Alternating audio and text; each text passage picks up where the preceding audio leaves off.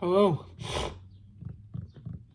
it's Zach, Ohio Skater. So I just tried to make this video, and I started sneezing so much, like uncontrollably, and I had to stop it, take my allergy medicine, and now I'm gonna make it again. But it's all good. So this morning, went to church.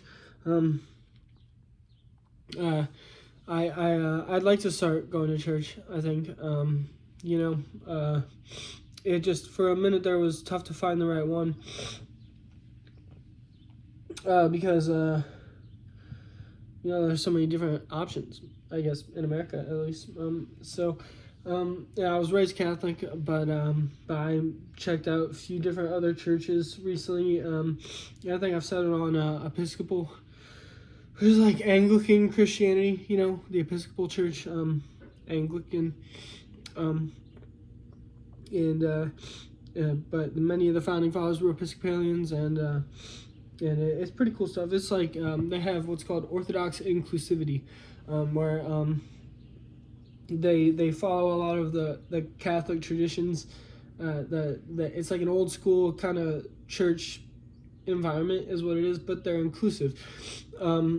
They include all different groups. They're very inclusive, and they're progressive. They not just socially, but on economics too.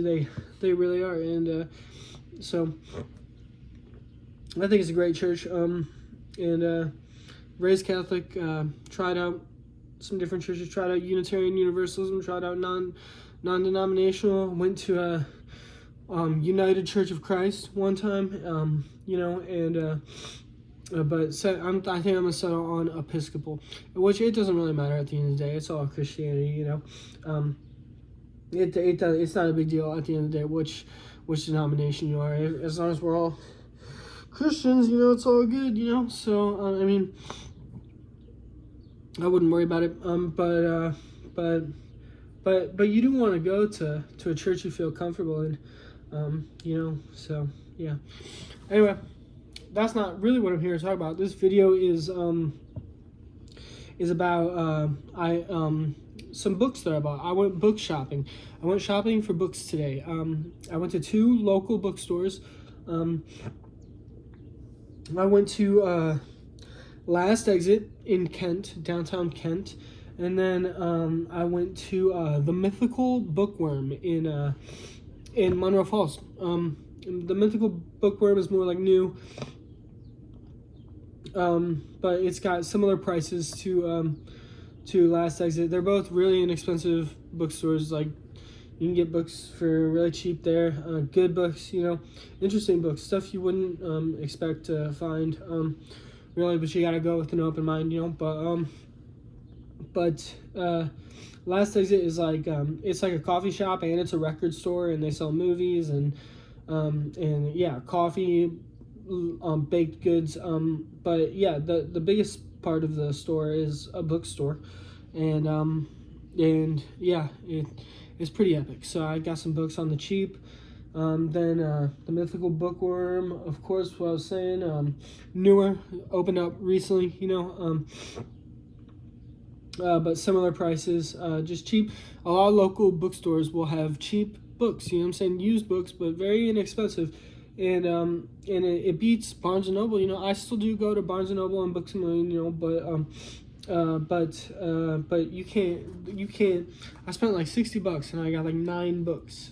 I don't even know which one I'm gonna read first. It's gonna be tough, but I want to show you every book that I bought today at on my little shopping spree. So yeah. First up, we got Our Endangered Values, Jimmy Carter. So Jimmy Carter obviously just recently died, passed away. He was like 100 years old, but he was president of the United States. And in this book, he is, people don't tend to think he was an amazing president, but I think he was a really good guy. After he was president, he helped with all sorts of human rights campaigns all over the world, and poverty, helped fight poverty, and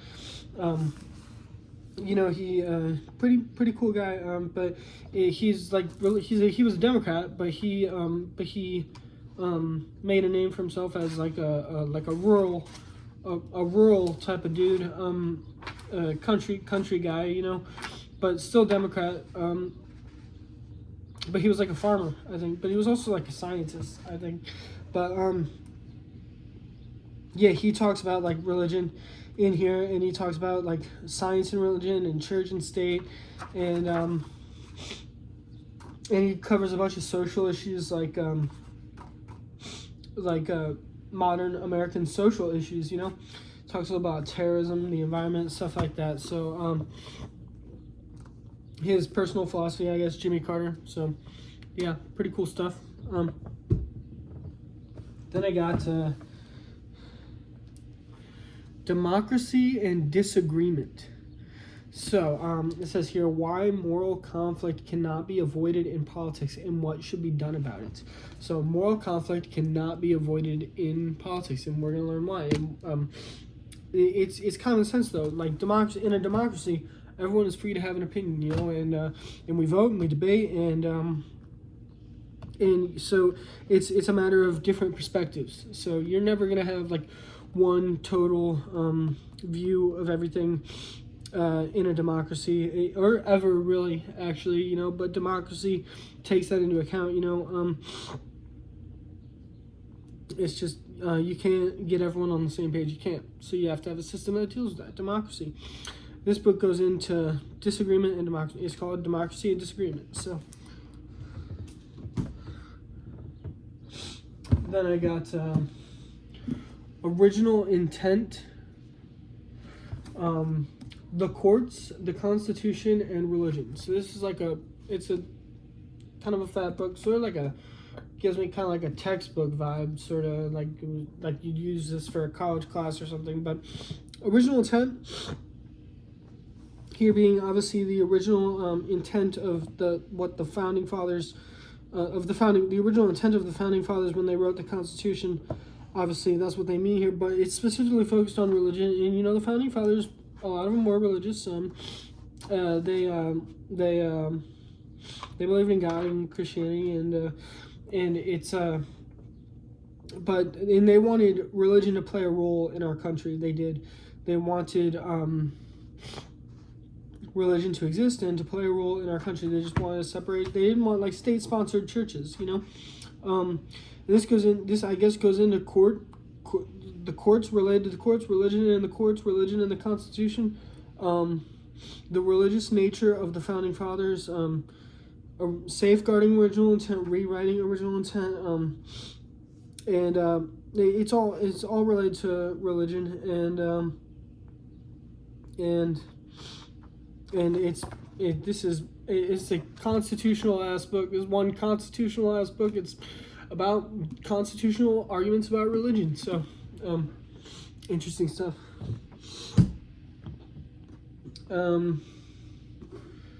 next one is Religion of the American Enlightenment. So this one's interesting. How the spread of deism and free thought after the Revolution linked the early American period with the great flowering of New England culture in the 19th century. So, deism. Deism is basically like a religious philosophy about the existence of God. It's the founding fathers. Many of the founding fathers believed in it. They were religious, but they believed in this rational philosophy called deism. It's belief in God based on rationality. Basically, through scientific observation is why you believe in God, sort of, you know, and that's sort of how the founding fathers thought. And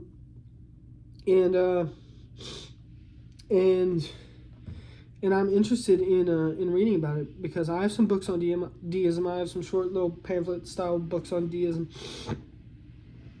that are more modern day, but this talks about it like in history. You know what I'm saying? And yeah, I think that should be interesting. And then I got Religion in the Modern American West. Religion in the Modern American West. So, this book talks about religion in the West, the modern American West. It's not the West as in like Western Europe and America, all of America and everything. It's the West as in like the American West, the USA, the western part of the USA. You know, the West Coast. And it talks about religion there, the history of religion there, in the 1890s to the 1920s, from the 1920s to the 1960s, and then from the 1960s to the present. And this book was written in 2000. I checked. This book was published in 2000. So it goes in 40-year increments here. Well, the first one is 30 years. But yeah, I'm interested in the West, the Western states.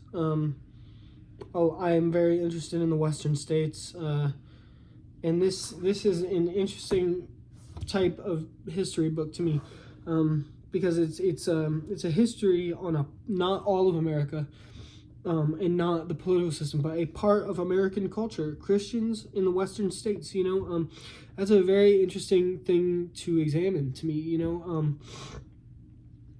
know, so yeah, gonna get into that. Love the Western states, and gonna learn about their religious history here. So I'm sure it's gonna talk about like Mormonism, stuff like that. You know,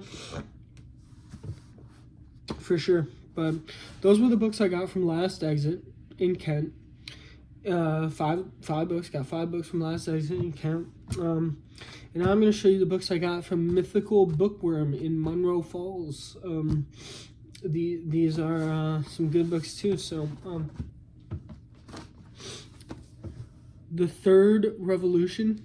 So, basically, this book is about Xi Jinping, and his the political, social, and economic changes he is making in China's society as leader of the Communist Party, and it should be interesting. It takes you through the changes that are happening in China and Xi Jinping's philosophy about it all, and it should be good, because I don't really know about Xi Jinping much. I know about like Mao, and I know about Mao Zedong and Deng Xiaoping. I know about those guys. I know a decent amount of history about those guys, but I need to wake up to the modern China. I need to wake up to the modern China and see what is going on, what the fuss is about. You know what I'm saying? I know some stuff, but you know what I mean. So, and then this book looked fucking interesting, fucking fire, honestly. Black Pill. It's called Black Pill. How I Witnessed the Darkest Corners of the Internet Come to Life, Poison Society, and Capture American Politics. So, I mean, it's about like extremist places on the internet, online, extremist online environments, and how it's manifesting in real American culture, in real life. It's about you know, the dark corners of the internet where the extremists gather, and I've been to some of those places. I've been to some Discord servers. There's been some anarcho-capitalist Discord servers that I've been on that this remind me of. You know what I'm saying? Like that. And it's no joke, and people really do say some crazy stuff, and sometimes people fall through with it, and you know, it's just about that whole phenomenon.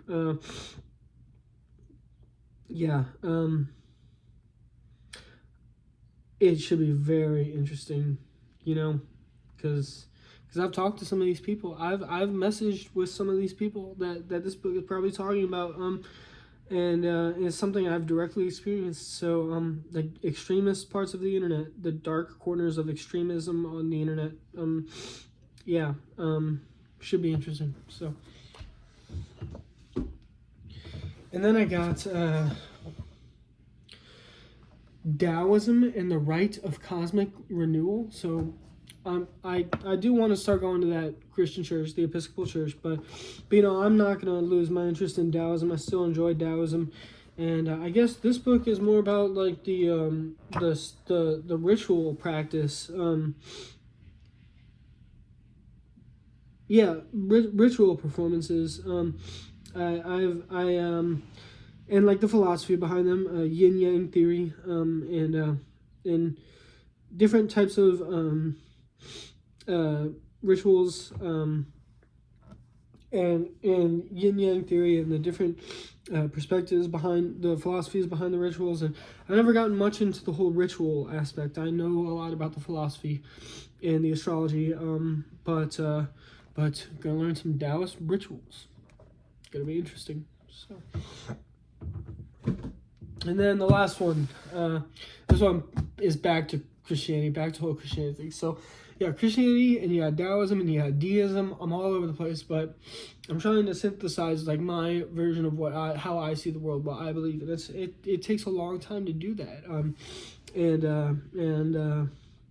But I'm working on it. It's hard work, and it takes a long time to do that. But to come up with your own perspective and to take all these different things that you're into and make all the dots connect and the stars align, and it becomes like a coherent thing of just your philosophy. That's what I'm trying to do. You know what I'm saying? Like, create my own religion, create my own philosophy, all that. But maybe this will help me with the religious stuff. This is the last book, Jesus Feminist. So, an invitation to revisit the Bible's view of women, exploring God's radical notion that women are people too. So this is about, I guess, Christianity and feminism, where they intersect, or where you could experience some mental some debates in your head about feminism and Christianity. If you are a feminist Christian, how do you make that work? How do you make it align?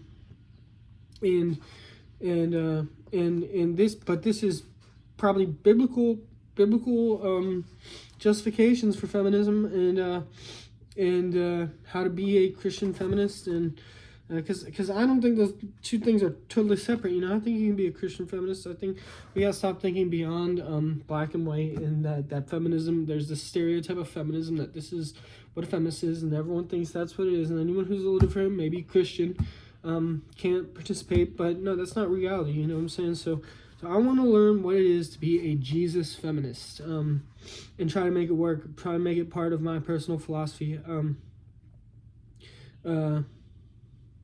This looks very interesting, to be quite honest. I got another book about Christian feminism. It's like feminist theology or something like that, but that's more like a textbook type thing. But this is quite inviting book. Looks like a chill read, but also very interesting. So yeah, the other one is just really,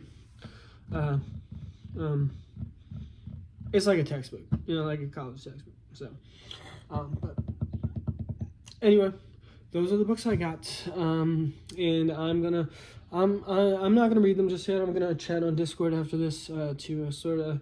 I'm gonna take a shower and I'm gonna chat on Discord to settle down from this whole excitement from this shopping spree and this video and church.